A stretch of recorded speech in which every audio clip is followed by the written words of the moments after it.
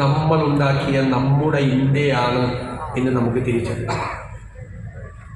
ദേശീയ പ്രസ്ഥാനത്തിൻ്റെ സമരനായകന്മാർ മഹാത്മാഗാന്ധിയും പണ്ഡിറ്റ് ജവഹർലാൽ നെഹ്റുവും മൗലാന അബ്ദുൽ കലാം ആസാദും രവീന്ദ്രനാഥ് ടാഗോറും ഒക്കെ ഉൾപ്പെടെയുള്ള അഭിമാനകരമായ ഒരു പൈതൃകം നമ്മുടെ രാജ്യത്തിന്.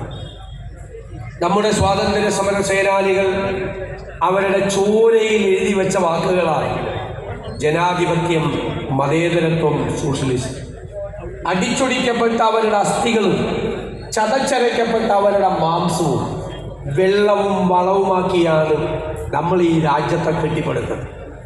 ആ നമ്മുടെ ഇന്ത്യ എന്ന ആശയത്തെ തകർക്കാൻ ഈ സംഘപരിവാർ ശക്തികൾ ശ്രമിക്കുമ്പോൾ അവരെ ചെറുത്തു തോൽപ്പിക്കേണ്ടതിൻ്റെ ഉത്തരവാദിത്തം ആർക്കാണ്? നമുക്കാണ്, നമുക്ക് മാത്രമാണ് എന്ന് നമ്മൾ ആദ്യം തിരിച്ചറിയണം. ചരിത്രത്തിന്റെ ദൗത്യമാണ്. സ്വാതന്ത്ര്യ സമര പോരാട്ടത്തിൽ പങ്കെടുത്ത ആ ധീരസേനാനികളുടെ പിന്മുറക്കാരാണ് നമ്മൾ.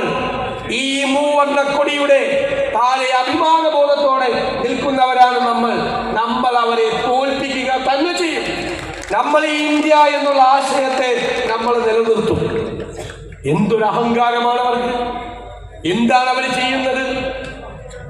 20-ാം നൂറ്റാണ്ടിന്റെ ആദ്യ പകുതിയിൽ ലോകത്തുണ്ടായ ഫാസിസ്റ്റ് ശക്തികൾ, ഹിറ്റ്ലറെ പോലെ, സ്റ്റാലിനെ പോലെ, മുസോളിനിയെ പോലെ, പോൾ പോട്ടിനെ പോലെ മനുഷ്യാധമന്മാർ ഈ ലോകത്തിലെ പല രാജ്യങ്ങളുടെയും ഭരണാധികാരികളായി വന്നു. അവർ ജനങ്ങളെ കൊന്നൊടുക്കി. ഗ്യാസ് ചേംബറുകളിൽ, ഗുലാഗുകളിൽ അവരെ നാടുകടത്തി. പാവപ്പെട്ട ജനങ്ങൾ ജീവൻ രക്ഷിക്കാൻ കുഞ്ഞുങ്ങളെയും മാറോടക്കി പിടിച്ച് പലായനങ്ങൾ നടത്തി. അതേകാധിപത്യത്തിന്റെ, ഫാസിസത്തിന്റെ, കമ്മ്യൂണിസത്തിന്റെ ഇരുണ്ട നാളുകൾ ആയിരുന്നു. 21-ാം നൂറ്റാണ്ടിന്റെ ആദ്യ പകുതിയിൽ നമ്മുടെ ഇന്ത്യയിൽ, നമ്മുടെ ജനാധിപത്യ ഇന്ത്യയിൽ ഈ ആശയം, ഈ മൂന്നാമതും ഈ സംഘപരിവാർ ജയിച്ചു വന്നാൽ ആ ആശയമാകും നടപ്പാകുന്നത്. ആ ആശയമാണ് അവർ കൊണ്ടുവരാൻ ശ്രമിക്കുന്നത്. ഇന്ത്യയെ ഒരു മതരാഷ്ട്രമാക്കി മാറ്റാൻ അവർ ശ്രമിക്കുന്നു. അവരുടെ കൈപ്പിടിയിൽ ഈ രാജ്യത്തെ ഒതുക്കാൻ ശ്രമിക്കുന്നു. ആർക്കു വേണ്ടിയാണ് അവർ ഭരിക്കുന്നത്? കർഷകർ പോരാട്ടത്തിലാണ് ഡൽഹിയിൽ.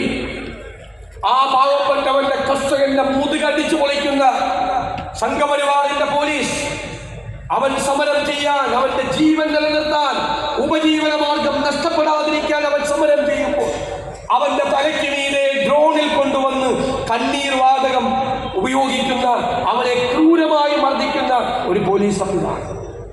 നമ്മൾ ആലോചിക്കണം, ജവഹർലാൽ നെഹ്റു മുതൽ മൻമോഹൻ സിംഗ് വരെ പാർലമെന്റിൽ ഒരു കൃഷിയുമായി ബന്ധപ്പെട്ട ഒരു നിയമം പാസാക്കിയാൽ അത് കൃഷിക്കാരനും കർഷക തൊഴിലാളിക്കുമായിരുന്നു.